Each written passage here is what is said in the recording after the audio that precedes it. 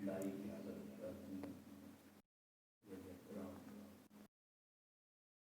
محترم مقام محترم قاری سرفراز علی صاحب اور اقوام کی گرامی قدر لیکن یہی اللہ تعالیٰ اس وقت ہم سب حاضر ہوئے محترم و مکرم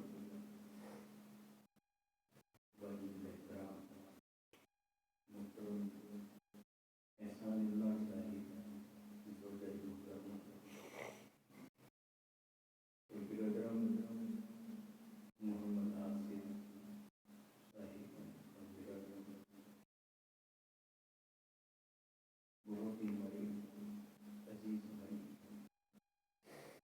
محترم کاشف علی صاحب کی والدہ ماجدہ ہم سب سے بچھڑ کر اللہ نے ہم سب کی بارگاہ میں تشریف لے گئے ہم سب سے ماہی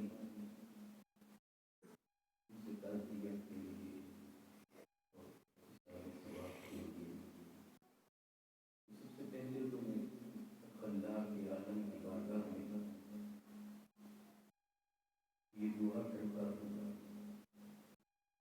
یہ التجا کرتا ہوں یہ درخواست کرتا ہوں اے مالک و مولا ہماری والدہ کی بخشش فرما دے ان کی مغفرت فرما دے ان کی مغفرت فرما دے ان کی مغفرت فرما دے اے اللہ اے مالک مولا اے رب العالمین اے ارحم الراحمین ان کی خطاؤں ان کی لغزشوں کو ان کی کوتاہیوں کو ان کی غلطیوں کو اے اللہ ان کے گناہوں کو معاف فرما معاف فرما معاف فرما معاف فرمانے والا رحم فرمانے والا اے مالک و مولا ان کی قبر کو جنت کے باغوں میں سے باغوں میں بدل قیامت کے دن انہیں شفاعت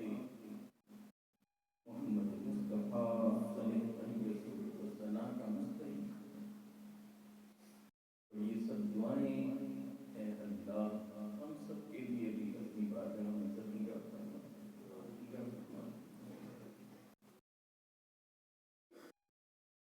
اس وقت جس موضوع پر کچھ کلمات آپ کو گوش گزار کرنا چاہتا ہوں وہ یہ ہے کہ دین کا اسلام کا اور ایمان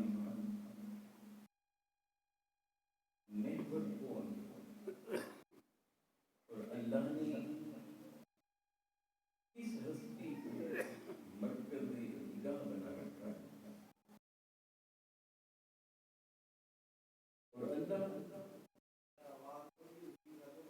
اس ہستی کے لیے چاہتا ہے اے میری مخلوق تم بھی اس ہستی کو مرکز نگاہ بنا یاد رکھ لیں وہ مرکز نگاہ اس کا نام ہے محمد مصطفیٰ صلی اللہ علیہ وسلم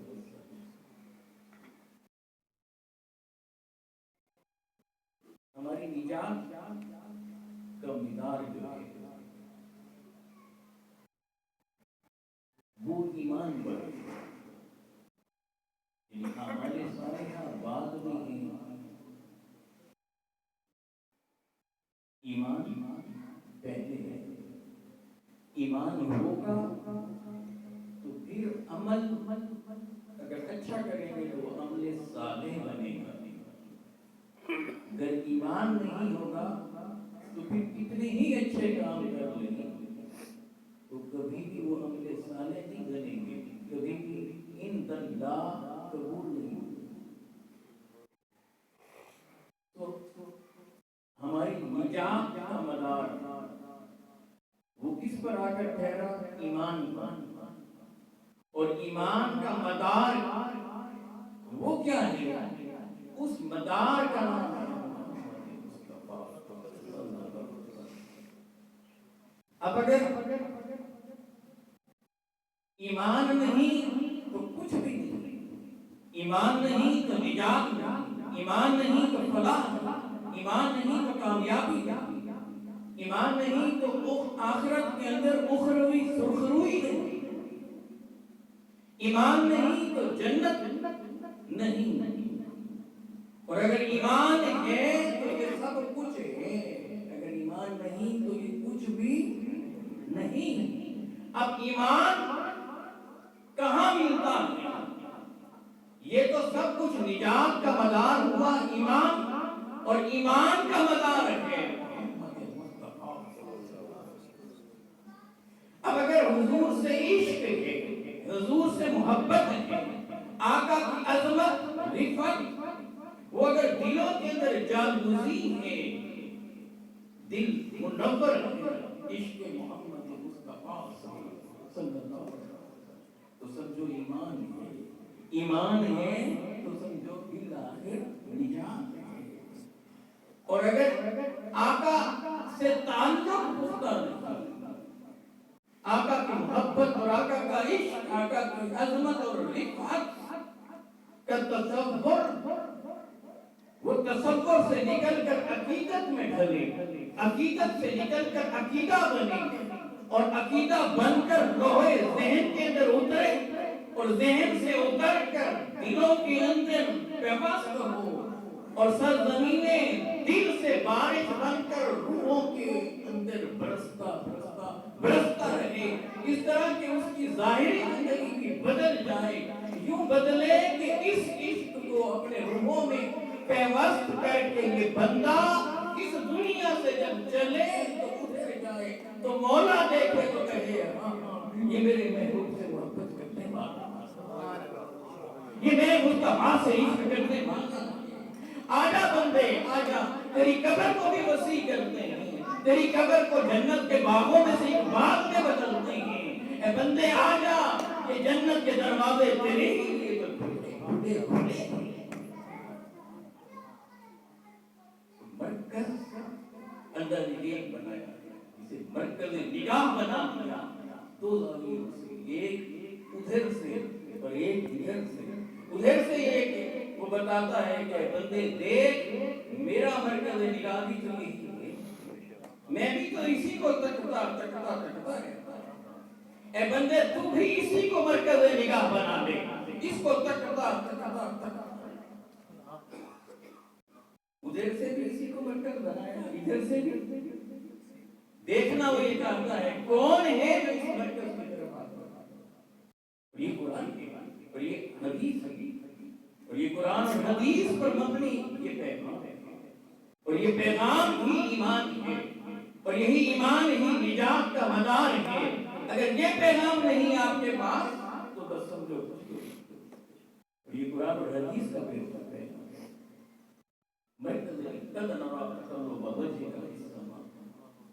اب اللہ نے مرکز نگاہ بنایا، ابھی ہم یہ آپ کے مکھڑے کا اٹھنا تک ہی کر رہے ہیں، یہ مرکز نگاہ بنایا۔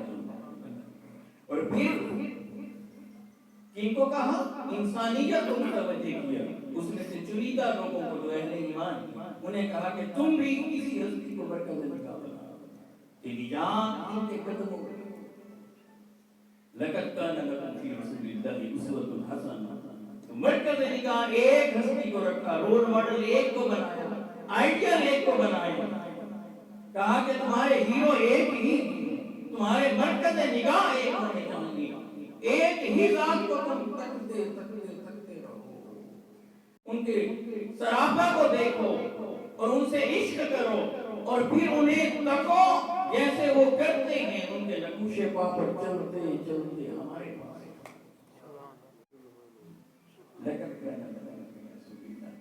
تو مجھ سے محبت کرنے والوں، مجھ سے محبت تمہیں در مصطفیٰ سے ملے گی، محبت مجھ سے مگر ملے گی کہاں سے؟ در مصطفیٰ سے۔ قل ان کنتم تحبون اللہ فاتبعونی یحببکم اللہ۔ ابھی انہیں بتائیے نا فرما دیجیے نا، بول دیجیے نا، انہیں سمجھا دیجیے نا، حبیب ان پر کرم کیجیے، فضل کیجیے، محبت خدا کا دروازہ انہیں دکھا دیجیے، انہیں بتا دیجیے نا، یہ آپ کے قدموں میں آ جائے، خدا ان سے محبت ان کنتم تحبون اللہ۔ بندہ چلا تو اس لیے تھا کہ مولا تجھ سے پیار کرنا چاہتا ہوں، مولا تجھے محبوب بنانا چاہتا ہوں، مولا تجھ سے پیار ہو گیا ہے۔ کہا مجھ سے پیار ہو گیا ہے، اچھا تو بھی دیکھ آجا، ہاں تجھے دکھاتا ہوں دروازہ، اس دروازے پہ بیٹھ جا، پہلے تجھے مجھ سے پیار ہوا تھا، جب تو اس دروازے پہ بیٹھے گا پھر مجھے تجھ سے پیار ہوگا۔ ان کنتم تحبون اللہ، بندے نے کہا تھا مولا تجھ سے پیار کرنا، کہا کہ فاتبعونی، حبیب بتا دیں کہ میری اتباع کر لو، میری اطاعت کر لو، میرے نقوش پا پہ آ جاؤ، میرے دروازے کو تھام لو، بس مجھے دیکھتے دیکھتے رہو، ہوگا کیا تم مجھے دیکھو گے، یحببکم اللہ، اللہ تمہیں دیکھے گا۔ یہ ہے نا وہ جو مصطفیٰ سے پیار کرتا ہے، جو مصطفیٰ سے پیار کرتا ہے وہ بولتا ہے اس سے تو مجھے پیار ہوتا ہے۔ یہ وہ مجھے آئیے عظمت کی اس جھلک کو میں پڑھنے لگی ہوں۔ سورہ نمل یہ آیت 40 کے تھوڑے سے حصے کو میں نے آپ کے سامنے رکھا ہے۔ اس وقت اتنا وقت نہیں کہ میں اس کے پس نظر میں جاؤں، لیکن جھلک دکھا کر اسی مرکز نگاہ کو سمجھانا چاہتا ہوں۔ یہ سیدنا سلیمان علیہ السلام کے ملکہ بلقیس کا تذکرہ ہو رہا ہے، اپنے دربار میں بیٹھے اور پوچھتے ہیں کون ہے کہ جو میرے لیے ملکہ بلقیس کا تذکرہ کون یاد رکھیے، اس چیز کو ذہن میں رکھیے گا کہ اب یہ تخت منگوا رہے ہیں اس پیغمبر ہیں، اس پیغمبر یقینی سی بات ہے، ان کا ایک مقام ہے، مگر دیکھیں یہاں تخت منگوایا جائے تو اس کی ڈیٹیل ہے، وہ جن کھڑے ہو کر عرض کرتا ہے کہ ضرور لا دیتا ہے، ایک اور شخص ان کی بارگاہ میں بیٹھا ہوا، اب وہ پیغمبر نہیں، وہ پیغمبر نہیں، ولی ہے، نیک ہے، صالح ہے، اور ہے کون سا شخص؟ نالج والا شخص ہے۔ بڑے مجید نے وہاں اس کی دیگر صفات کو ہڈن کر دیا ہے، ایک صفت کو ہائی لائٹ کیا ہے، وہ کیا ہے؟ اس کے پاس کتاب میں سے کچھ نالج تھا، پوری کتاب ہی، اور یہ بھی نہیں بتایا کون سی کتاب، کہا کہ نا کتاب میں سے اس کے پاس، تو اس نے کیا کہا؟ اس نے کہا حضور ابھی آپ یہاں بیٹھیں، ابھی آپ کی نگاہ پلٹے گی نہیں کہ میں تخت کو آپ کی بارگاہ میں لے آتا ہوں، میں اسے یوں سمجھانا چاہتا ہوں، گویا ابھی آپ پلک نہیں جھپکی، اب تو ماڈرن سائنس نے اس کو پلک جھپکنے کے لیے ہمیں ٹائمنگ بتا رکھی ہے، اتنے بھی کہا کہ ابھی آپ نے پلک کو جھپکائیں اور ادھر آپ کے پلک جھپکنے کا معاملہ بھی پورا نہیں ہوا ہوگا کہ تخت آپ کے ایسا ہی ہوا۔ تخت جب سامنے آیا تو انہوں نے جواب میں کیا کہا؟ کہا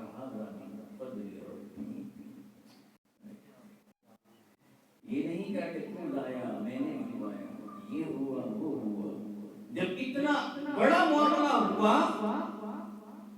تو اس کا جواب کیا عطا فرمایا؟ فرمایا ھذا من فضل ربی، کہا یہ تو میرے رب کا فضل ہے۔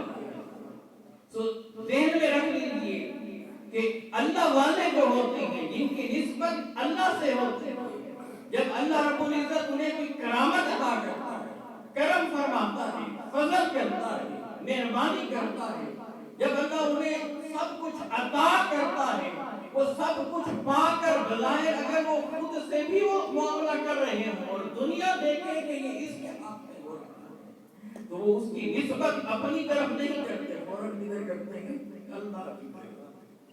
جو کچھ بھی وہ ان سے صدور ہوتا ہے، وہ عطا تو مولا ہی کر رہا ہوتا ہے، تو وہ پیغام کر دیتے ہیں، کہتے ہیں کہ یہ سب کچھ ہونے کے بعد بھی اے لوگوں دیکھو کہ یہ کیا ہے، کچھ بھی تو نہیں سوائے اس کے کہ میرے مولا کا فضل ہے۔ اس وقت کس کی طرف کرتے ہیں؟ اور ایک طرف عظمت محمد مصطفیٰ علیہ السلام، میرے آقا نے سورج گرین لگا ہے، سورج گرین لگا ہے، آقا تشریف لائیں نماز پڑھانے کے لیے، رسول کی نماز پڑھا رہے ہیں، سب در سب پیچھے صحابہ کھڑے ہیں، متفق علیہ روایت آپ سے شیئر کرنے لگا متفق علیہ، اور یہ حدیث جو آپ سے میں شیئر کرنے لگا ہوں، حدیث کی 10 کتب کے اندر موجود ہیں، جن میں سے 3 کتب وہ سیاہ سیاہ جیسے ہیں، بخاری، مسلم اور نسائی کی حدیث میں، اور یہ تینوں کتب کی اگر آپ کتاب الاصول کو اسٹڈی کریں تو تینوں کی کتاب الاصول کے اندر ہی حدیث ہے، اور دیگر اس کے اندر بھی موجود ہے، اور ایک کتب جو بخاری اور مسلم ہے اس میں یہ کئی طرق سے یہ حدیث وارد ہوئی ہے۔ عبداللہ بن عباس رضی اللہ عنہ یہ راوی ہے، وہ کہتے ہیں کہ ہم آقا کے ساتھ نماز پڑھ رہے تھے، نماز ہوئی جماعت ہوئی، اور جماعت میں یہ ہوا کہ رسول اللہ صلی اللہ علیہ وسلم ایسے آگے بڑھے ایسے ہاتھ آگے بڑھایا، کسی چیز کو پکڑا، انہوں نے پکڑتا دیکھا، کیا دیکھا آقا صلی اللہ علیہ وسلم پکڑنے کے بعد رسول اللہ صلی اللہ علیہ وسلم اور حدیث کے کلمات میں صحابہ عرض کرتے ہیں نماز کے بعد دوسرے عرض کرتے ہیں یا رسول اللہ رائنا تناب شیئن فی مقام رائنا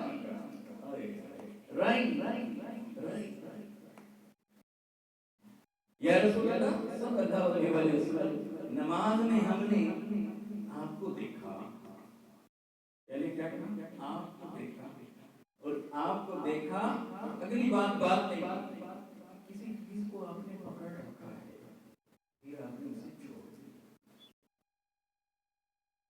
اب میں آپ سے کہنا چاہتا ہوں نماز کے اندر جب بندہ نماز میں کھڑا ہوتا ہے تو اس کی نگاہ کہاں ہوتی ہے؟ بولیے کیا ہوتی ہے؟ سجدہ کہاں ہوتا ہے؟ یہ صحابی کیا بتا رہے ہیں، اور ایک دو نہیں جو وہاں کھڑے ہیں وہ کیا بتا رہے ہیں، یا رسول اللہ ہم نے آپ کو دیکھا۔ اب نگاہ سجدہ کہاں پر ہوتی ہے نماز میں، اور دستور یہی ہے، ہمیں ادب یہی سکھایا گیا ہے، امت کے لیے یہی ہے کہ آپ نے آقا کو آپ کے سامنے نہیں ہوں گے تو آپ نے کیا کرنا ہے کہ جب قیام میں کھڑے ہونا ہے تو پھر نگاہ سجدہ کہاں پر رکھنا ہے۔ میرے یہ صحابہ یہ محبت کو سمجھا رہے ہیں، یہ بتا رہے ہیں کہ آقا سے تعلق کیسا رکھنا ہے، وہ بتا رہے ہیں یا رسول اللہ ہم نے آپ کو دیکھا اور آپ کو دیکھ کر یہ دیکھا کہ اس طرح سے تو علیہ السلام نے جواب دیا ہاں بات دراصل یہ تھی کہ میں نماز میں تھا تو میں نے جنت کو دیکھا، جنت سامنے آ گئی اور میں نے قدم اٹھایا اور جنت کے اندر اور میں نے انگوروں کے خوشے کو پکڑ لیا۔ سیدہ عائشہ رضی اللہ عنہا کی روایت میں انگوروں کا ذکر ہے، میں نے انگوروں کے خوشے کو پکڑ لیا اور پھر میرا دل چاہا کہ تمہارے لیے توڑ لاؤں، تمہارے لیے توڑ کر لاؤں، میرا دل چاہا لیکن میں نے اسے چھوڑ دیا۔ اور دیگر روایات میں یہ ہے کہ اس لیے چھوڑ دیا کہ اگر میں توڑ کر لاتا تو تم اسے کھاتے رہتے، قیامت آ جاتی مگر یہ ختم نہ ہوتا۔ اور پھر میں چھوڑ اس لیے دیا کہ تم سٹرگل چھوڑ دو گے، جدوجہد چھوڑ دو گے، کیونکہ جنت کی نعمتیں دائمی کہ وہاں سے جو کچھ آیا وہاں جو کچھ ہے اور جو تو دائیں دائیں دائیں بھی اس پر زوال ہے. جنت کے لذیذیں ختم نہیں ہوئی.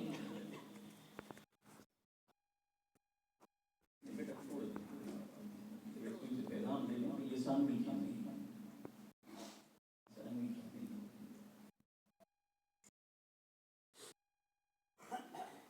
نقطہ جو آپ کو سمجھا رہا تھا وہ یہ کہ وہاں کی نعمتیں دائمی ہیں، ان پر زوال نہیں.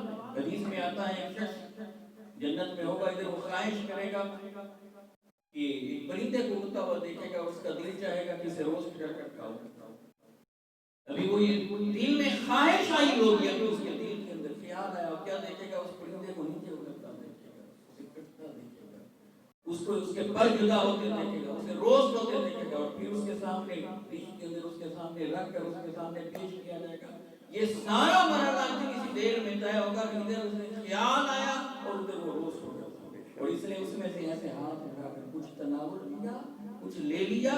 اب اس کا جی بھر گیا، اس نے ایسے پلیٹ کو پیچھے کر دیا، جیسے پیچھے کیا تو اس نے دیکھا گوشت دوبارہ پورا ہوا، پر دوبارہ سے لگے، پرندہ دوبارہ اڑتا، پھر سے وہ اڑتا.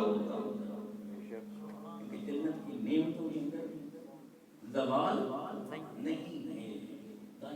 فرمایا کہ اگر یہ انگوروں کا خوشہ لے آتا اور میں توڑ ہی لیتا اور تم کھانا شروع کر دیتے تو پھر امت تو یہ کھاتی کھاتی کھاتی رہتی کہ قیامت آ جاتی، مگر یہ ختم نہ ہوتا. تو پوری امت کو کھانے پر اس وقت کیا کر لیتی، تو پھر سٹرگل کون کرتا، جتو جہد کون کرتا، محنت نہیں کرتا. پر میں اب یہاں میں نقطہ جو عرض کرنا چاہتا ہوں وہ یہ کہ پہلا نقطہ یہ کہ وہاں منگوائی جاتی ہیں چیزیں، یہاں تو میرا رب ہے کہ ادھر دیکھتا ہے کہ یہ میرا محبوب کھڑا ہے. کہا کہ جنت تو جہاں بھی ہے ہاں میرے مصطفیٰ کے قدموں میں مصطفیٰ کے سامنے آ گئی، اور میرے آقا نے ایسے ہاتھ بڑھایا، کھڑے مدینہ طیبہ میں ہیں مگر ایسے ہاتھ بڑھایا تو جنت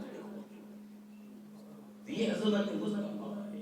یہی عمل ہے کہ صحابہ، اب یہ دوسرا زاویہ اس کے اندر، پر وہ نماز رہی ہیں پیچھے صحابہ، مگر دیکھ کسے رہے ہیں؟ مصطفیٰ. زیارت کس کی کر رہے ہیں؟ نماز میں مصطفیٰ کی. یہ چیز سمجھائی جا رہی ہے کہ نماز عبادت خدا کی ہے، عبادت خدا کی ہے مگر محبت مصطفیٰ سے.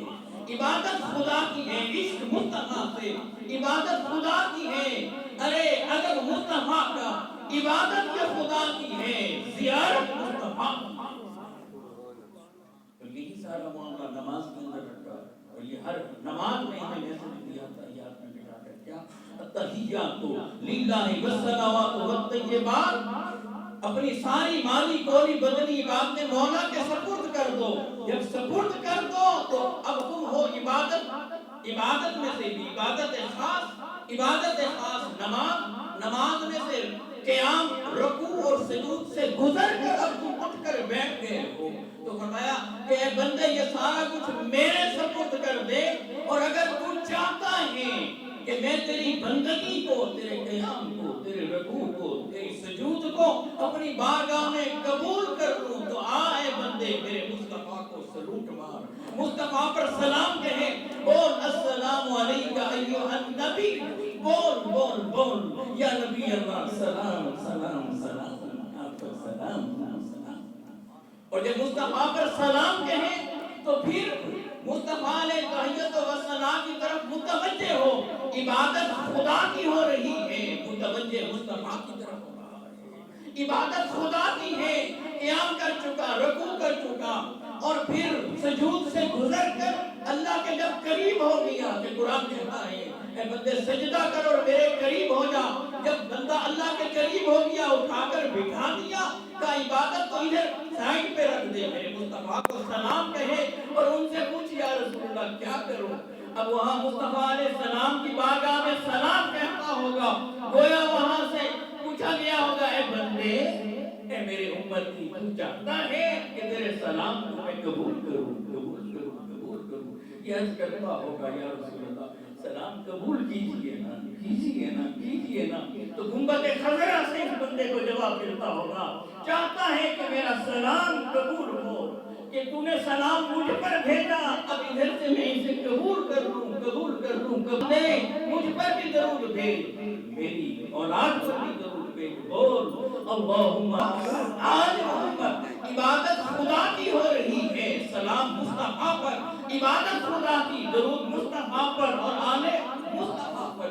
یہی تصور تو امت کو دیا کہ عبادت صرف اور صرف اللہ کے لیے، وہ وحدہ لا شریک ہے، وحدہ لا شریک ہے، وحدہ لا شریک ہے، کوئی اس کا شریک نہیں، کوئی شریک نہیں، کوئی شریک نہیں، کوئی ہمسر نہیں، کوئی ہم پلہ نہیں، کوئی اس جیسا نہیں، وہ بے مثل اور بے مثال، کہ بندگی صرف اللہ ہی کو سجدتی ہے، اللہ ہی کو سجدتی ہے، اللہ ہی کو سجدتی ہے، پر بندگی ایسے کرو جیسے اللہ چاہتا ہے۔ وہ چاہتا یہ ہے کہ بندگی میری کرو، سلام مصطفیٰ پر پڑھو، بندگی میری کرو، سلام اور درود میرے مصطفیٰ پر اور آل مصطفیٰ پر۔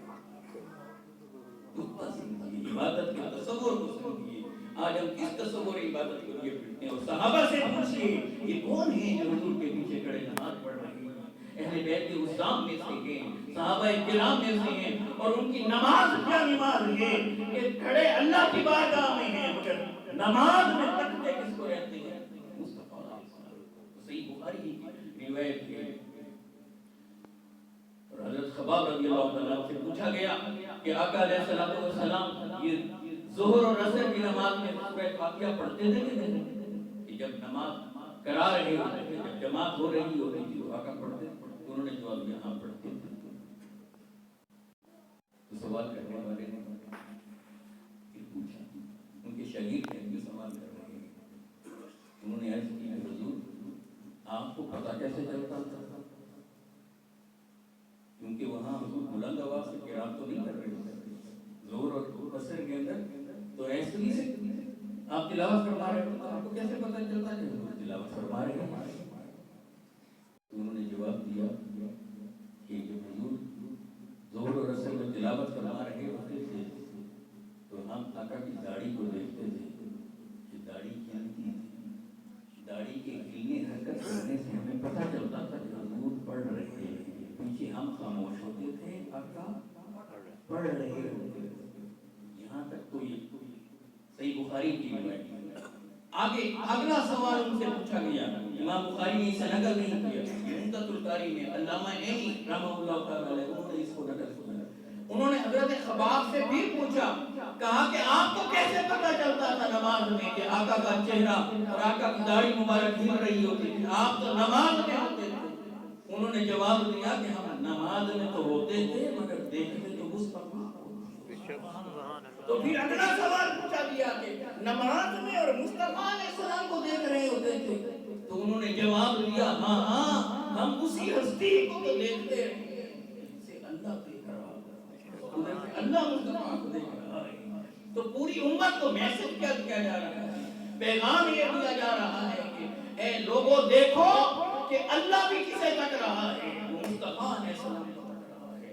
اے بندو اگر بندے ہو تو پھر مصطفیٰ کو تکو، بندے ہو تو پھر بندگی کا تقاضا یہ ہے کہ عبادت اس کی کرو، اور پھر عبادت اس کی کرتے ہوئے ادب اور محبت محمد مصطفیٰ علیہ السلام سے کرو، اس طرح سے کرو کہ ان کی محبت میں ڈوب ڈوب ڈوب۔ پیغام یہ ہے کہ حضور کی محبت کا تقاضا کیا ہے؟ آقا کی محبت کا تقاضا یہ ہے کہ جس سے محبت کی جاتی ہے تو پھر اس کی ہر بات مانی جاتی ہے۔ میرے کریم آقا علیہ السلام مدینے کے مضافات کی طرف تھے تو وہاں ایک قافلہ آیا اور وہاں اونٹ بیچ رہے تھے۔ آقا علیہ السلام تشریف لائے تو پورا قافلہ حضور کی طرف متوجہ ہو گیا، اور ایسے متوجہ ہو گیا کہ دائیں بائیں سب کچھ بھول گیا کہ حسن مصطفیٰ جگمگا ایسے رہا۔ آقا علیہ السلام نے اونٹ کو پسند کیا اور پوچھا کہ اسے بیچو گے؟ اونٹ کا مالک مغرور ہے، آقا کو تکنے میں لگا ہوا ہے، چہرہ وضحا دیکھتا جا رہا ہے، رخ مصطفیٰ تکتا جا رہا ہے، مکھڑا مصطفیٰ کو دیکھ دیکھ دیکھ کر لوگ سن ہو گئے۔ کہتے ہیں جی بیچوں گے، کہا اتنے میں بیچو گے؟ اتنے میں بیچوں گے، ابھی قیمت نہیں ہے میرے پاس، گھر جا کر بھجوا دوں گا۔ جی حضور جو بھی پوچھتے جائیں وہ جی جی کہتا ہے، حتیٰ کہ حضور نے اس اونٹ کو لیا اور لے کر قافلے سے چلے، اور پورا قافلہ اپنا کام کاج چھوڑ کر مصطفیٰ علیہ السلام کو دیکھ رہا ہے. مستدرک امام حاکم کی روایت آپ سے شیئر کر رہا ہے. حتیٰ کہ جب چلے گئے آقا علیہ السلام تو پھر لوگ ایک دوسرے سے پوچھنے لگے کہ یہ کون تھے؟ معلوم نہیں ان کا نام کیا تھا، معلوم نہیں. ابو نے کہا پتہ ہی نہیں. کہا اس مالک سے پوچھو. ان سے پوچھا کہ انہیں جانتے تھے؟ کہا نہیں. کیا نام بتا؟ کہا نہیں. عطا پتا کہاں سے آئے تھے، کہاں گئے؟ معلوم آپ نے ایسے ہی انہیں اٹھ دے دیا. کہا بس وہ جو کہتے جاتے تھے بس میں تو جی کہتا تھا. کیا ہوا کہ لعنت ملامت کرنے لگے. جب ایک دوسرے پر وہ باتیں کرنے لگے کہ بغیر جانے، بغیر ایڈریس پوچھے، بغیر عطا پتا، نام پوچھے بغیر یہ کیا کر دیا. اس وقت سالار کعبہ کی زوجہ جو خیمے میں تھی اس نے بلند آواز سے کہا اللہ تعالیٰ ایک دوسرے پر لعنت ملامت مت کرو، ایک دوسرے کو برا بھلا مت کہو. سنو میں نے دیکھا ہے، میرا دل گواہی دیتا ہے کہ اس نے جو زبان سے بات کہی ہے وہ اس پر پورا بھی اترے گا. انتظار کیا کہ شام ہو گئی تو حضور علیہ السلام کا ایک نمائندہ آتا ہے اور وہ آ کر پوچھتا ہے کہ ہمارے آقا نے یہاں سے اونٹ خریدا ہے، اس کا مالک کون ہے؟ مالک سامنے آتا ہے اتنی قیمت ہے. ہاں اس کی قیمت لو. اس کو قیمت دینے کے بعد پھر وہ کہتے ہیں کہ یہ کھجوریں ہیں اور یہ ضیافت کے لیے آقا علیہ السلام نے چیزیں بھیجی ہیں، یہ پورے قافلے کے لیے ہیں. حضور نے فرمایا کہ اس کی مہمان نوازی کرو، پورے قافلے کو انتظام. اب وہ مبہوت تو پہلے ہی تھے، حضور کو دیکھ کر گمسم تو پہلے ہی ہوئے. انہوں نے پوچھا بھی آپ کے آقا کون ہیں؟ تو جواب ملا محمد رسول اللہ.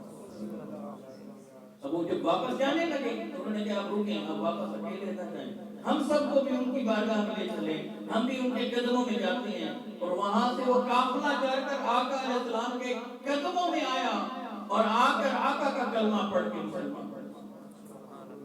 اور سیدنا طارق بن عبداللہ رضی اللہ عنہ اس روایت ہے، اس کے راوی ہیں، ان کے قبول اسلام کا یہ واقعہ ہے. میں یہاں صرف وہ سوال آپ کے سامنے رکھنا چاہتا ہوں، وہ یہ کس چیز نے انہیں مبہوت کر دیا تھا کہ یہ پورے کا پورا قافلہ گم سم ہو گیا تھا اور آقا سے نام بھی نہ پوچھا اور ایڈریس بھی نہ پوچھا. وہ کیا چیز ہے اور وہ کون سی چیز تھی جس نے انہیں اپنا دین دھرم چھوڑ کر آقا کے قدموں میں لا کر کھڑا کیا کہ حضور کا کلمہ پڑھ. بس یہی پیغام ہے. پہلی چیز کیا تھی؟ وہ چہرہ مصطفیٰ آقا کا حسن و جمال تھا. ارے جس حسن و جمال کی قسمیں کھا میرا مولا مولا ہے والضحیٰ واللیل یہ وہ حسن و جمال تھا کہ اسے تکتے رہ گئے. دیکھا آقا کو تو آقا کے حسن و جمال میں گم کہ بولنا بھی بھول گئے. اور دوسرا کہ انہوں نے کلمہ کیوں پڑھا تھا اپنا دین دھرم چھوڑ کر حضور کی بارگاہ میں؟ وہ حضور کی سیرت تھی کہ انہوں نے دیکھا کہ جو زبان سے جملہ نکالا تھا، جو کمٹ میں اسے پورا کیسے کیا. حضور کی سیرت ایسی تھی کہ جو وعدہ کیا اسے پورا کیا. اور اس ضیافت کو دیکھ کر کہا کہ اپنی بات بھی پورے کرتے ہیں اور لوگوں کا اتنا خیال کرتے ہیں کہ پورے کے پورے قافلے کا یہ کھانا بھجوا دیا. اس عمل نے انہیں متوجہ کیا. یہی آج وقت کی ضرورت ہے کہ چہرہ مصطفیٰ کو تکتے رہو، آقا کے حسن و جمال کے تذکرے چھیڑے رہو. کیوں کہ اس سے دلوں کے اندر عشق اور محبت مصطفیٰ پیدا ہوگی. جب محبتوں کے جام، محبت مصطفیٰ کے جام، عشق مصطفیٰ کے جام جب اپنے دلوں میں اڈیل لو تو پھر جب تم چلو تو زندگیاں بدل جائیں.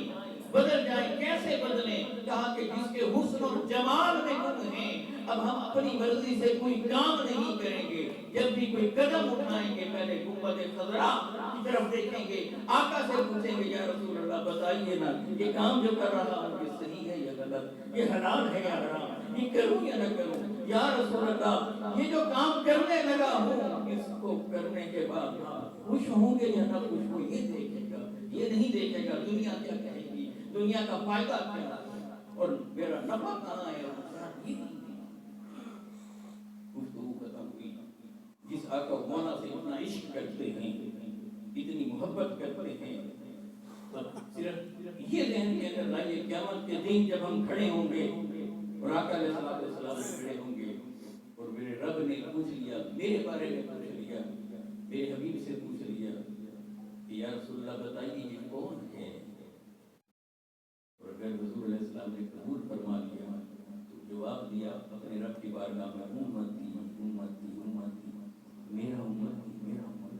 اور رب نے پلٹ کر ہمیں دیکھا اور وہاں دیکھا کہ یہ مصطفیٰ کا غلام اور آقا کا امتی ہے، پر یہ جھوٹ بولتا ہے، یہ زنا کرتا ہے، یہ سود کھاتا ہے، یہ غیبت کرتا ہے، یہ چوری کرتا ہے، یہ حقوق العباد کو پامال کرتا ہے، حقوق اللہ کو باقی ساری زندگی یہ کر کے آیا۔ بس سوال صرف میں خود سے یہ پوچھتا ہوں کہ اس گھڑی جب میرے نام اعمال میں یہ کام ہوں گے تو میرے رب کے سامنے میرے مصطفیٰ خوش ہوں گے یا شرمندہ ہوں گے؟ یا شرمندہ ہوں گے تو کیا مجھ پر لازم نہیں کہ جنہوں نے میری شفاعت کرنی ہے، جنہوں نے مجھے جنت لے جانا ہے، جس میں حضور صلی اللہ علیہ وسلم ان کی خاطر اپنی زندگی کے اندر سے یہ کانٹے یہ گناہ نکال دیں؟ کیا اس گھڑی وقت نہیں آ گیا کہ کسی ایک گناہ کسی ایک کانٹے کو چھوڑنے کا تہیہ کر کے ہم یہاں سے اٹھیں؟ اور دوسری بات، اپنے بچوں میں سے ایک بچہ مصطفیٰ علیہ السلام کے نام پر مختص کرنا، اسے حفظ کرائیں، قرآن مجید کی ٹرانسلیشن سکھائیں، اتنی احادیث اس کو پتا ہو جس سے وہ حلال اور حرام کے بارے میں بتا سکے۔ اور گھر میں کوئی ایک تو ایسا ہو کہ جب سارے دنیا کی بولی بول رہے ہوں تو کوئی ایک تو ایسا ہو جو محبوب خدا کی بولی بول رہے ہو۔ کوئی تو ایک ایسا ہو جب میں غلط کام کر رہا ہوں میرا بیٹا کھڑے ہو کر یہ کہیں تو کہ بابا ہمارے آقا نے تو یہ کام نہیں کیا تھا، آپ کیوں کر رہے ہیں؟ ایسا بھی نہ ہو کہ کھڑے ہو کر لڑنے جھگڑنا شروع کر، ادب کے ساتھ حکمت اور دانائی کے ساتھ بات کو کنوے کرنے والا ہو۔